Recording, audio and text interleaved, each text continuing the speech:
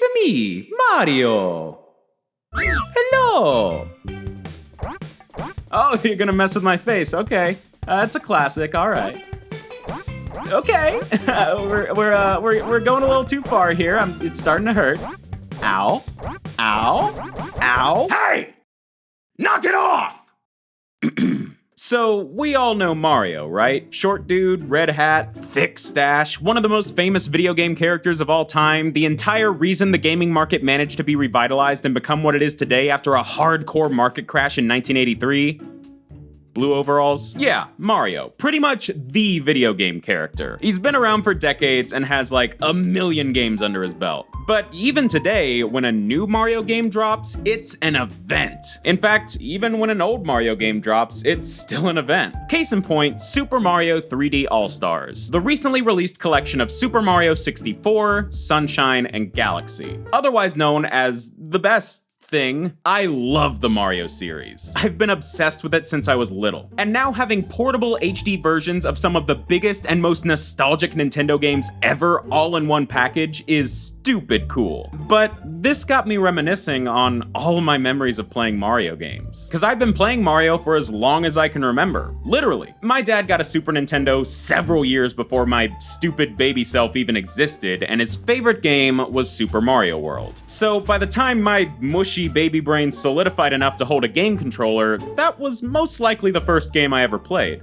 But given that I was like 4, I wasn't particularly good at it. Shocker. Nor did I fully understand how to operate the magic wonder box machine in front of me. The fact that I knew how to make Mario jump was a miracle. My dad, however, had been playing Mario World on and off for however long he existed before me, and he got pretty dang far. He was all the way up to the final level, all the extra Star Road levels complete, everything. All he had to do was beat Bowser's castle. Then, in waddles mush-brain baby Fofi, who wanted to make the red and blue man bounce around for a while. I flip the big purple power button, the game boots up, and I decide to start a new game, but all the save files were taken. And I mean, just turning on the console was a feat of engineering genius on my end. I had no clue which save file was which. So I just take a wild guess, have a great time losing over and over again, I'm not very good at video games, and then eventually move on to something else. Little did I know that I had erased my dad's nearly complete Super Mario World save file. All that work over what I assume were decades of mastering this 9-year-old game washed away in seconds at the hands of me,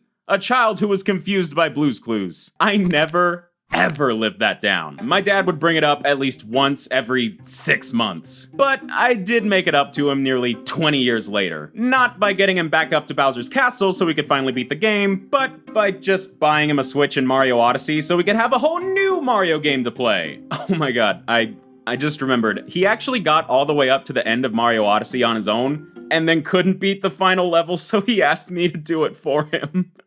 The irony! The irony! So, eventually, my first great failure as a human being was given closure. But I still haven't beat Mario World. But my early days as a Mario fan weren't all disappointing my father. Mario also taught me things. Like, simple things. Shapes, numbers, the concept of bad video game. Mario early years preschool fun, the other first game I ever played. This was an educational game that, surprisingly, was not made by Nintendo. Whoa. Whoa. Whoa! And this mess was infamous in my house. Basically, you play as this cursor that clicks on the thing that goes neigh to tell Mario to go headbutt a horse, and then Luigi pops his head out and is like, "You did well!" But then, one day, my parents brought home this big, bulky box with the number 64 on it. And thus, 3D gaming entered my life with a Nintendo 64 and Super Mario 64. The ultimate classic of early 3D gaming, where you play as Mario running around Princess Peach's castle to collect stars and defeat Bowser, the usual. Well, it wasn't usual at the time. This was the first game that had that setup. But, you know, it was basic stuff. Now, I'm gonna be honest. I'm not that hyped on this game anymore. Don't get me wrong, I played it to death as a kid. I loved it, and I even had this talking wingcap Mario plush that I still cherish to this day.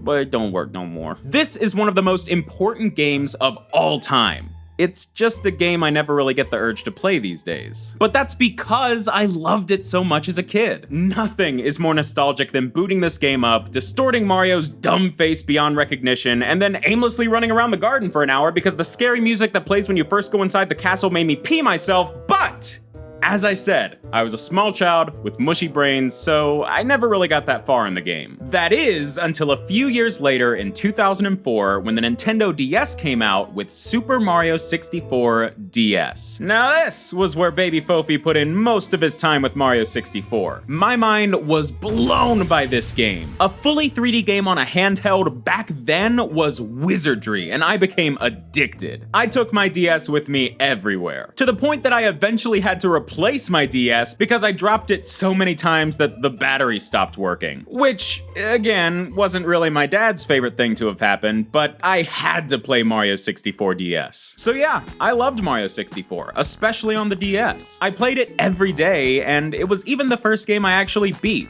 It's very important to me. But it reached a point where I had played so much Mario 64 as a kid that I was kinda done with it forever. As a teenager, I got out of video games for a while, so I sold or traded in a lot of my games. But I always kept my DS and Mario 64 for nostalgic reasons, I guess. So for a while, Mario 64 was the only DS game I owned, and I still didn't want to play it. I guess I just kinda burnt myself out on Mario 64. But it's still a great game and a huge part of my childhood. Nothing but respect for Mario 64 in this house, even if I don't play it much. And then we have Super Mario Sunshine. This game came out in 2002 and was one of the first really big games on my favorite Nintendo console, the GameCube. And it was a weird one too, putting Mario in a beach setting and giving him this crazy water pack. All this stuff was controversial when the game came out, but I was 6. All I was thinking was, oh boy, a new Mario game to never finish. And I did.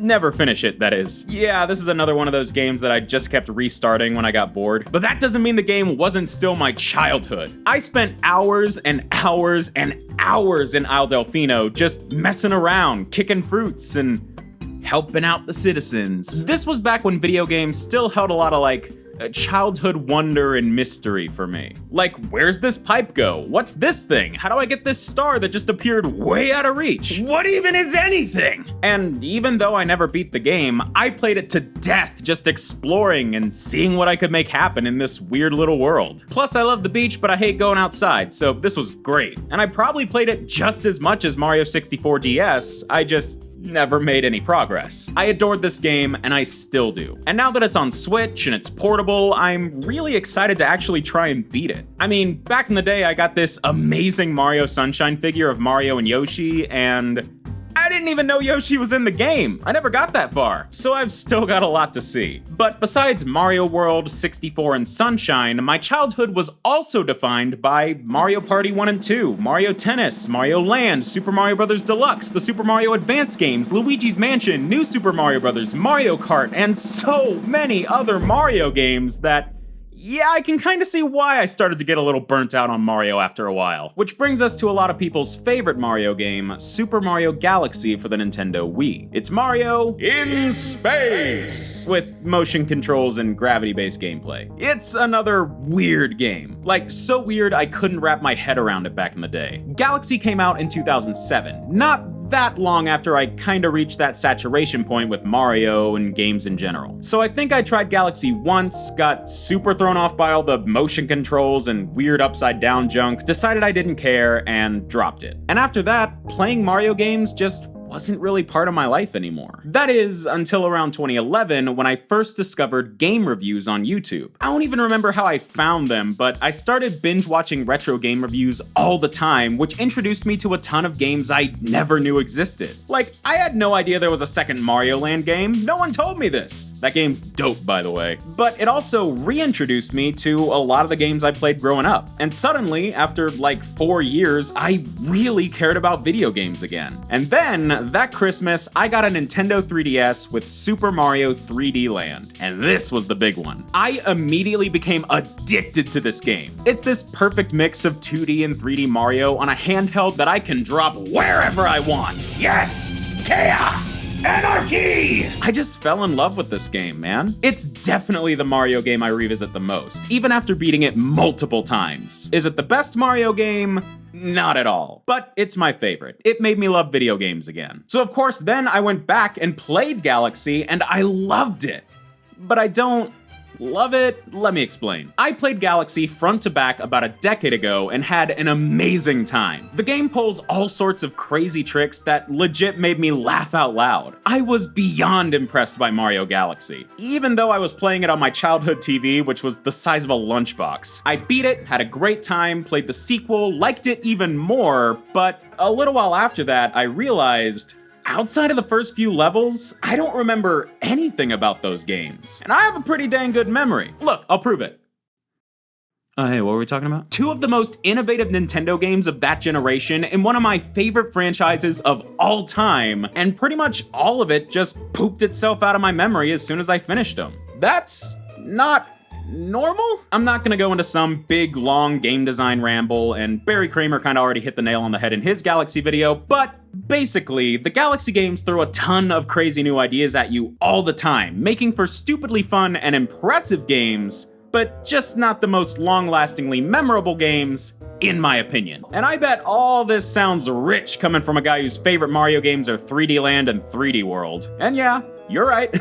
Those games do kind of have the same issues. My thing is, I like simplicity in games. Games with huge open worlds, leveling systems, complex stories, and a million side quests, they scare me. So when it comes to something like Mario, the simplicity of 3D Land and World just gel with me more than Galaxy's flashy, fast-paced, always changing gameplay. And yeah, I'll admit, it's partially nostalgia. 3D Land and 3D World came around at really important parts of my life, and I skipped the Galaxy games when they were new, so there might be some nostalgia blindness here. But I will say I do still have a lot of fond memories of Galaxy because it was the topic of one of the very first game theory videos I ever worked on. And all this crap that I'm spitting here doesn't change the fact that the Galaxy games are some of the most well-made games in Nintendo's history. People love them for a reason, and I still really like them, they just aren't my favorites. So don't hate me, every main series Mario game is amazing. I mean, they're Mario games. But if I came out here like, all the games are perfect and I love them equally, it wouldn't be much of a confessions video now, would it? So yeah, I've spent more time playing Mario games than I have hanging out with real life people. This series has been a major part of my life for literally as long as I can remember, and it just makes me happy, man. And I barely even scratched the surface of the series in this video. I didn't even talk about Odyssey. I